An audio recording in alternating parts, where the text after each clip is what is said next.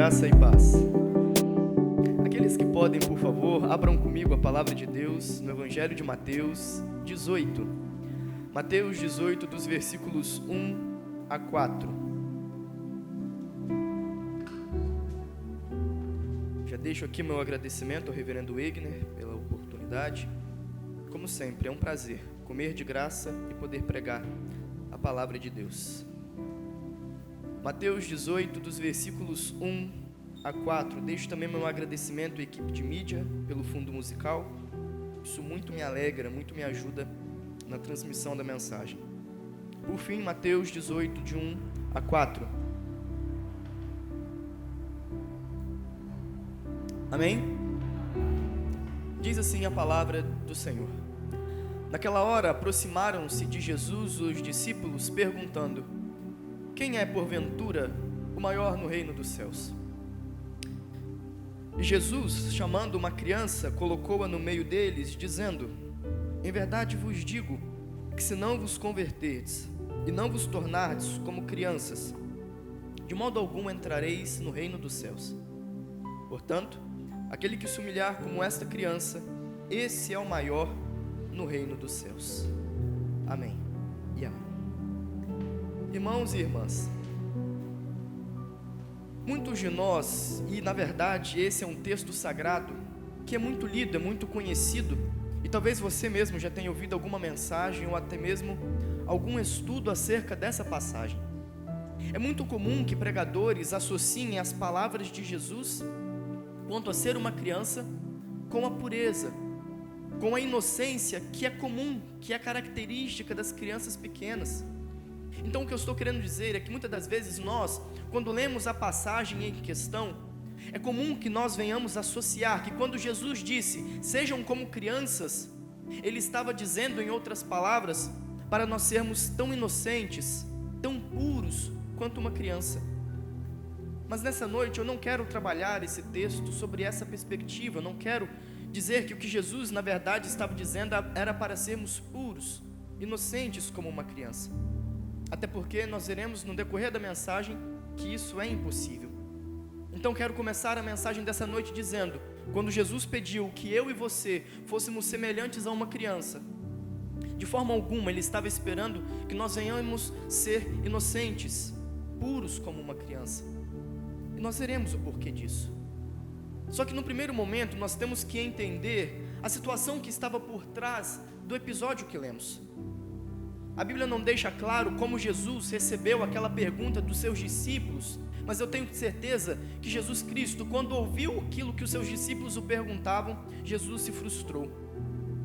Imagine você, meu irmão e minha irmã, caminhando 3 anos, ou então 3 anos e meio, com 12 homens. Todos os dias aqueles homens acompanhavam você nas suas caminhadas, nas suas orações, nas suas refeições e nos seus ensinamentos. E não somente isso, eles acompanhavam você em todos os momentos em que você debatia com os fariseus, com os saduceus. Em muitas passagens da Bíblia Sagrada nós vemos Jesus diante daqueles homens que eram considerados os doutores, os mestres da lei. E Jesus duramente os repreendia. Os fariseus, eles olhavam para Cristo e diziam que Cristo era um endemoniado, não era digno de ser chamado Filho de Deus e muito menos de ser salvo. Os fariseus, eles diziam que para ser salvo, meu irmão e minha irmã, era necessário que eu e você cumpríssemos não somente a lei de Moisés, porque para os fariseus, a cada lei de Moisés tinham pelo menos outras 10 leis. Então no Novo Testamento, quando Jesus se tornou o grande mestre, o grande profeta que ele se tornou, havia pelo menos 613 leis que os judeus tinham que seguir. E os fariseus ensinavam que cada um de nós, para sermos salvos, precisamos obedecer todas as 613 leis. E se assim não o fizermos, não merecemos o céu. Era isso que os fariseus, era isso que os saduceus, os religiosos, os mestres da época ensinavam. Difícil, não é, entrar no céu? Então os judeus cresciam com a mente de que para ir para o céu, eles precisavam merecer. E eles mereciam através das obras, através de uma vida de piedade, através de uma vida de santidade. Não havia céu sem merecimento, não havia céu sem obras. E Jesus, em várias passagens, em várias ocasiões, deixou claro para os discípulos e para as multidões que o ouviam, que isso não tinha a menor certeza, isso não era algo correto. E agora nós temos os 12 discípulos de Jesus, os 12 homens que andavam com Jesus todos os dias, e ouviam todos os dias os seus ensinamentos. Esses mesmos 12 homens que Cristo chamou, estão diante de Jesus falando: Senhor, quem de nós é o maior? Quem de nós merece mais o céu?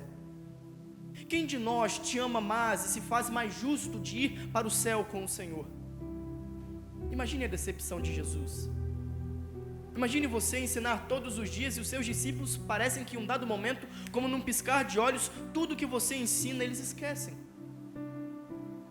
Eu e você não somos muito diferentes, meu irmão e minha irmã, porque por vezes nós parecemos que esquecemos daquilo que Deus nos ensinou e nos ensina.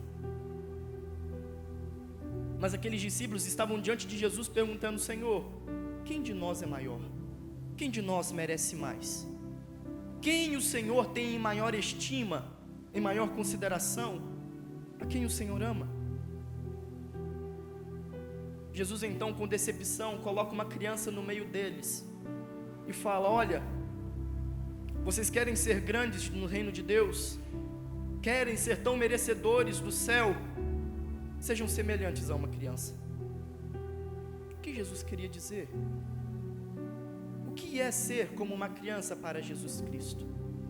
E nessa noite, trazendo alguns exemplos da minha própria vida, eu sou novo, obviamente, mas eu também já fui criança como cada um de vocês aqui. Então eu quero trazer alguns exemplos do que é ser criança e o que Jesus realmente queria dizer quando eu disse que eu e você precisamos sermos semelhantes a uma criança. Quando eu era criança, meu irmão e minha irmã, eu obviamente cresci numa cidade de interior muito pequena. E o que isso tudo tem a ver com a mensagem? As cidades do tempo da Bíblia não eram grandes cidades, com exceções das grandes capitais como era Roma, Constantinopla, Síria. Não haviam então cidades grandes. Nazaré, Belém, Cafarnaum, a cidade em que Cristo estava, não tinha mais do que 1000 pessoas, eram cidadezinhas pequenas, quase um vilarejo. E parece que em cidade pequena, as crianças elas eram mais felizes, elas se divertiam mais, porque elas brincavam mais, se machucavam mais, quebravam mais ossos do corpo, enfim, eram verdadeiramente crianças. E eu cresci numa cidade assim, pequena. A minha rotina no período das férias era acordar pela manhã cedo, tomar café, ajudar minha mãe em algum afazer de casa e ir para a rua, jogar bola. Nunca fui bom, mas sempre tentei. E eu brincava até o entardecer, e quando ficava escuro, brincávamos de pique-esconde. Quantas vezes Deus não livrou a gente, porque nós pulávamos nas construções de um prédio para o outro, de uma casinha para outra. Era Deus que nos guardava. Só que nessas ocasiões era muito comum eu me machucar. Tanto é que eu tenho uma cicatriz muito grande aqui na barriga, no lado direito, porque em uma dada ocasião eu estava brincando de Suzuki. Não espero que os irmãos saibam o que é. Era assim, um carrinho de mão, sabe, carrinho de mão de obra. A gente colocava uma tábua em cima desse carrinho de mão, pegava um cano PVC, um tubo, esse era o guidão da moto. A gente sentava naquela tábua atravessada no carrinho de mão, e um vinha atrás e empurrava a gente. O grande problema é que a gente brincava nisso numa pirambeira, sabe? Porque era mais divertido. Em uma dada ocasião, a pessoa que estava me levando, irmãos, ela pisou numa pedra. Infeliz que foi naquele dia. No que ele pisou numa pedra, ele soltou o carrinho. E quem estava em cima? Eu capotei. Foi uma aventura. Como eu me diverti naquele dia. Mas obviamente eu me machuquei muito. E sabe o que eu me lembro claramente? Quando nós nos machucamos, quando somos crianças pequenas, a primeira pessoa que nos vem à mente não é os nossos amigos, não é a nossa tia da escola, não é a nossa professora de escola dominical, não é o nosso pastor, não é nem mesmo Deus. A primeira pessoa que vem à nossa mente quando nos machucamos, quando nos vemos em perigo, quando crianças, é a presença dos nossos pais. É a primeira pessoa a quem queremos socorrer. Abrimos um chororô danado e queremos correr para os braços do pai ou da mãe, para alguém que pode nos acudir, porque sabemos que nós não sabemos o que fazer, mas os nossos pais sabem. É ou não é verdade? Quando nós quebramos um osso do corpo, a primeira pessoa que vem na nossa mente é: meu Deus do céu, minha mãe e meu pai vão me bater. Mas a gente quer correr para o pai e para a mãe. Isso é ser criança, é depender. Quando eu era criança, eu dependia para absolutamente tudo do meu pai e da minha mãe. Quando eu me via sobre uma situação de perigo, a primeira pessoa a quem eu recorria era meu pai e minha mãe. Quando eu me machucava, a primeira pessoa a quem eu queria ir era meu pai, era minha mãe. Isso é ser uma criança, é reconhecer dependência. Quando Jesus Cristo fala, sejam como crianças, meu querido e minha querida, Jesus não estava falando, sejam inocentes, sejam puros, não. Jesus estava olhando para os discípulos que estavam discutindo, quem de nós é melhor, quem de nós é maior, quem de nós merece mais. Jesus olha para eles e fala, aprendam a depender de Deus. Não tem absolutamente nada, meu irmão e minha irmã, que nós possamos fazer, que nos torne mais merecedores do céu. Não tem absolutamente nada que eu e você possamos fazer para que nós venhamos chegar no céu e sermos chamados de grandes, não. O que nos torna salvos e o que nos torna merecedores, por assim dizer, do céu, não está em nós, está em Jesus. Jesus disse para mim e para você sermos como crianças, e com isso o Cristo queria dizer, aprendam a depender de Deus. Como uma criança depende dos pais quando está machucada, como uma criança depende dos pais quando está em perigos, Jesus espera que eu e você venhamos aprender a depender de Deus. Não é à toa que Paulo, lá na carta aos Efésios, capítulo 2, versículo 8, 9, diz, pela graça sois salvos, mediante a fé, e isso não vem de nós, é dom, é presente de Deus, não por obras, como os fariseus, como os mestres da lei, como os saduceus ensinavam, para que ninguém se glorie. A salvação vem de Deus, e é isso que nós precisamos estar relembrando continuamente, mas não apenas. Precisamos nos lembrar que nós somos totalmente dependentes de Deus, não apenas para sermos salvos, mas para caminharmos dia após dia. E nessa noite então, pensando em falar um pouquinho mais sobre dependência, eu quero me basear no testemunho de dois grandes homens da Bíblia, a saber, Moisés no Antigo Testamento e Paulo no Novo. E eu convido diante disso você, meu irmão e minha irmã, a abrir comigo em Êxodo 33, dos versículos 12 a 16.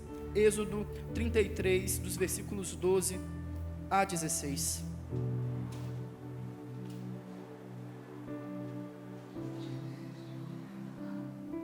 Amém.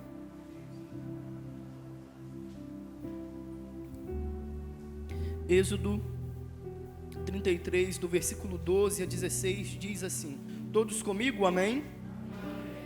Diz assim a palavra de Deus. Disse Moisés ao Senhor, tu me dizes, faze subir este povo, porém não me deste saber a quem hás de enviar comigo. Contudo disseste, conheço-te pelo teu nome, também achaste graça aos meus olhos. Agora pois, Moisés olha para Deus e fala, se achei graça aos teus olhos, peço-te que me faça saber neste momento o teu caminho, para que eu te conheça e ache graça aos teus olhos, e considera que esta nação é o teu povo. Respondeu-lhe Deus, a minha presença irá contigo, e eu te darei descanso. Então lhe disse Moisés, se a tua presença não for comigo, não me faça subir com este povo deste lugar. Pois como se há de saber que achamos graça aos teus olhos, eu e o teu povo?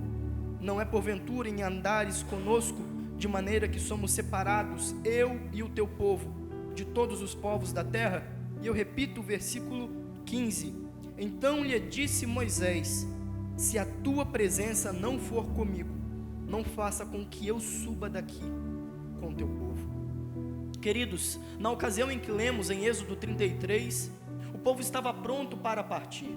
Eles estavam acampados há 11 meses no deserto do Sinai. E Deus então disse: Moisés, está na hora de ir, avancem. Moisés então está diante do povo e fala: povo, preparem-se, porque chegou a hora de partirmos do Monte Sinai. E o povo se arruma todo para continuar a sua jornada de peregrinação rumo à terra prometida. O povo então, a partir do momento que ficou pronto, Moisés vai até a presença de Deus e fala: Senhor, estou aqui parafraseando para que os irmãos entendam, Senhor, nós estamos prontos, tudo está arrumado, podemos ir, mas eu te peço uma coisa: se o Senhor não for, não nos faça sair daqui. Queridos, muitas das vezes nós imaginamos que depender de Deus, quando falamos sobre dependência, é comum nós associarmos a ideia de dependência à falta de ação. Eu dependo de Deus, ou seja, eu espero Deus fazer por mim. Eu dependo de Deus, ou seja, eu não faço nada, eu espero tudo cair de bandeja. Não, isso não é dependência, isso é tolice. Na ocasião em que lemos, Moisés estava pronto, o povo estava pronto, tudo preparado. Mas Deus fala a Moisés, e Moisés reconhece que se o Senhor não fosse, se a companhia de Deus não estivesse com eles, eles não teriam um êxito na jornada.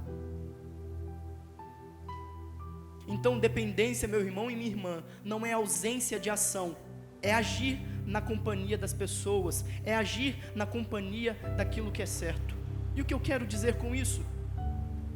Quantos de nós não dependemos do dinheiro e não colocamos no dinheiro a nossa confiança? Quantos de nós não colocamos nos políticos a nossa confiança? Quantos de nós não colocamos no médico a nossa confiança, no chefe a nossa confiança, no esposo, na esposa, no pastor, no seminarista? Confiamos em absolutamente tudo e todos, mas não colocamos em Deus a maior das nossas confianças, e esperamos que venhamos ter êxito naquilo que queremos. Queridos, não. Moisés reconhece que ainda que ele estivesse preparado, ainda que o povo estivesse preparado, era na companhia de Deus que eles teriam a vitória, e isso é algo que nós precisamos ter em mente. Não é na companhia do dinheiro, não é na companhia do esposo ou da esposa, do político A, do político B ou do político C, não é na companhia dos médicos, dos poderosos, é na companhia de Deus. Se eu e você não tivermos certeza todos os dias quando acordamos que Deus é conosco, então em vão, como foi dito no início do culto, em vão nós trabalhamos, em vão nos esforçamos, em vão fazemos planos. Precisamos reconhecer que a verdadeira dependência tem a ver com o fato de que precisamos da presença de Deus até mesmo para o ar que respiramos. Se Deus não renovasse sobre mim e sobre você o fôlego de vida, qual seria a diferença entre nós e aqueles que estão no cemitério? Nenhuma. É por isso que Davi fala: Senhor, não retire de mim o teu espírito, não me permita ir até a mansão dos mortos, porque lá nada posso.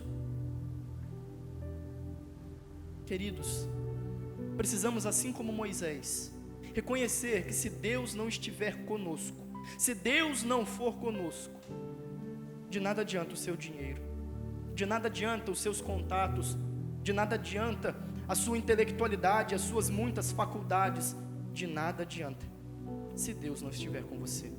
Isso é reconhecer a dependência de Deus. Então nós não precisamos de Deus apenas para sermos salvos, não precisamos de Deus apenas no nosso dia a dia. Nós precisamos de Deus como uma criança machucada e desesperada precisa do seu pai. E para isso eu também quero convidar você a ler outro texto, que está lá em Romanos capítulo 7. Abram comigo, Romanos capítulo 7, e aqui eu quero caminhar para o encerramento da mensagem. Romanos capítulo 7, dos versículos 18 a 24. Romanos 7, 18 a 24. Amém? Diz assim a palavra de Deus. Paulo está dizendo aos romanos: porque eu bem sei que em mim, isto é, na minha carne, não habita bem nenhum, pois o querer o bem está em mim, não porém o efetuá-lo. Porque não faço o bem que quero, mas o mal que eu não quero fazer, esse cometo. Mas, se eu faço o que não quero, já não sou eu quem o faz, e sim o pecado que habita em mim. Então, ao querer fazer o bem, encontro a lei de que o mal reside em mim. Porque no tocante ao homem interior, tenho prazer na lei de Deus, mas vejo nos meus membros, no meu corpo, outra lei, que guerreando contra a lei da minha mente, me faz prisioneiro da lei do pecado que está nos meus membros. Desventurado o homem que sou, quem me livrará do corpo desta morte? Queridos, hoje nós estamos comemorando o Dia dos Pais. E sim, apesar de nós termos tido um excelente café da manhã, pela manhã com os nossos pais, eu quero aqui fazer uma pequena menção ao Dia dos Pais, ao feriado que estamos comemorando hoje. Quando eu era criança, quando se aproximava a data de hoje, quando se aproximava o Dia dos Pais, eu obviamente queria poder presentear o meu pai, como toda criança quer. Só que o grande problema é que quando eu era criança, eu não tinha a menor capacidade, a menor condição de dar um presente ao meu pai. Eu não tinha dinheiro, eu não trabalhava, não tinha salário, mas eu queria presentear o meu pai, eu queria agradar a ele, só que eu não tinha a menor condição. Então o que eu fazia? Eu chegava para o meu pai e falava: pai, eu preciso do cartão. Não falava para quê, ele sabia, mas eu não falava. E eu falava: eu preciso do seu cartão. Uma criança de 8, 9 anos precisava de um cartão de crédito, né? E eu ia na rua, comprava um presente maravilhoso para o meu pai, pedia que fosse embrulhado para presente, e no Dia dos Pais eu chegava com o presente e a fatura do cartão, porque quem pagava era o meu pai. Eu ficava feliz porque eu conseguia agradar a ele, e ele ficava feliz porque recebia o presente, ou pelo menos, mais ou menos feliz, porque era o presente, a fatura. O que eu estou querendo dizer, meu irmão e minha irmã? Eu queria agradar o meu pai, mas eu não tinha o menor poder, me faltava a condição financeira. Eu dependia do meu pai para agradar a ele no Dia dos Pais. E o que isso tem a ver com o texto de Romanos? Paulo basicamente está dizendo: eu quero fazer o bem, eu tento fazer o bem, mas eu não consigo, eu não tenho essa capacidade, porque o meu interior é pecaminoso. E ele termina no versículo 25 de Romanos 7, graças a Deus por Jesus Cristo. Queridos, nós não temos o menor poder de fazer o bem. Eu não sou capaz de não pecar. Quantos de nós já não falamos: Senhor, eu quero parar de odiar fulano, eu quero perdoar, eu não quero me vingar, eu quero parar de querer trair o meu esposo e a minha esposa, quero parar de pecar, Senhor, mas não consigo. É verdade, você não consegue. Senhor, eu já tentei parar de mentir. Verdade, você já tentou e não conseguiu. Senhor, eu quero parar, quero largar o vício da pornografia. Verdade, você quer e não conseguiu. Senhor, eu não quero mais pensar em trair aquele que o Senhor me deu como esposo e esposa. É verdade, você pode até tentar e querer, mas não reside em nós a capacidade de agradar a Deus. Eu precisava do dinheiro do meu pai para agradar a Ele. Eu e você precisamos do poder e da graça de Jesus para sermos capazes de vencer o pecado. Eu precisava do dinheiro do meu pai para agradá-lo. Nós precisamos de Jesus Cristo para agradar ao Pai. É isso que Paulo está falando em Romanos 7. O mal que eu não quero, esse faço. E como me livro dessa lei? Através de Cristo Jesus. Nós dependemos de Jesus para vencermos o pecado. Precisamos de Jesus Cristo, meu irmão e minha irmã, não apenas para sermos livres da condenação eterna e assim ganharmos o céu. Precisamos de Jesus Cristo como uma criança desesperada quando se machuca, todos os dias. E por fim, nós precisamos de Jesus Cristo para vencermos a lei do pecado. É isso que John Wesley dizia: Nós fomos salvos no dia que aceitamos a Jesus como nosso único e suficiente Salvador. Fomos salvos do quê? Da condenação eterna. Nós estamos sendo salvos de quê? Da lei do pecado. Quando todos os dias renunciamos o mundo e aceitamos a Jesus. E nós seremos salvos do quê? Da corruptibilidade do nosso corpo. Porque no final dos tempos, Cristo Jesus há de voltar e ressuscitar a mim e a você para juntos estarmos com Ele no céu. Quantos creem nisso? Quantos creem que Jesus há de voltar? Nós fomos salvos quando aceitamos a Jesus. Estamos sendo salvos do poder do pecado graças a Jesus. Misericórdia, a língua está falhando. E nós vamos ser salvos da limitação, da carne e da morte quando Cristo voltar e ressuscitar a mim e a você. Queridos, nós dependemos de Deus. Então quando Jesus Cristo fala em Mateus 18, do versículo 1 a 4, sejam semelhantes a uma criança. Ele não está esperando de mim, de você, pureza, porque Paulo mesmo fala, não tem como. Ele está esperando dependência. A sua muita sabedoria, meu irmão e minha irmã, de nada vale diante de Deus. A sua muita faculdade de nada adianta diante de Deus. A sua muita capacidade de nada adianta ante Deus. Que nessa noite sejamos capazes de reconhecer que nós sempre vamos nos aproximar diante de Deus com as nossas mãos vazias, porque não tem absolutamente nada que possamos oferecer a Ele, senão um choro de uma criança desesperada quando se machuca.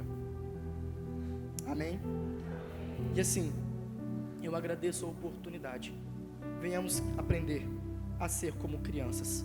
E por isso, convido você a se colocar de pé. Eu quero orar por sua vida.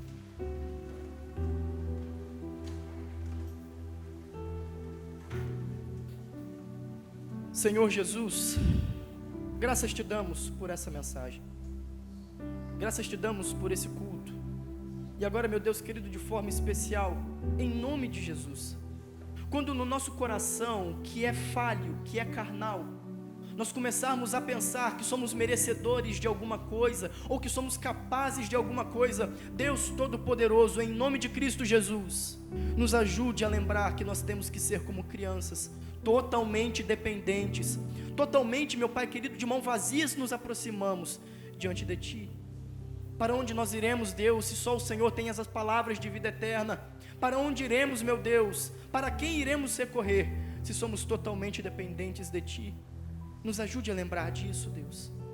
Espírito Santo, sela essa palavra em nossos corações e nos ajude, desenvolva em nós um coração simples e humilde nos Teus caminhos, e que em nome de Cristo nós venhamos ser capazes de reconhecer que somos como crianças machucadas diante do Senhor.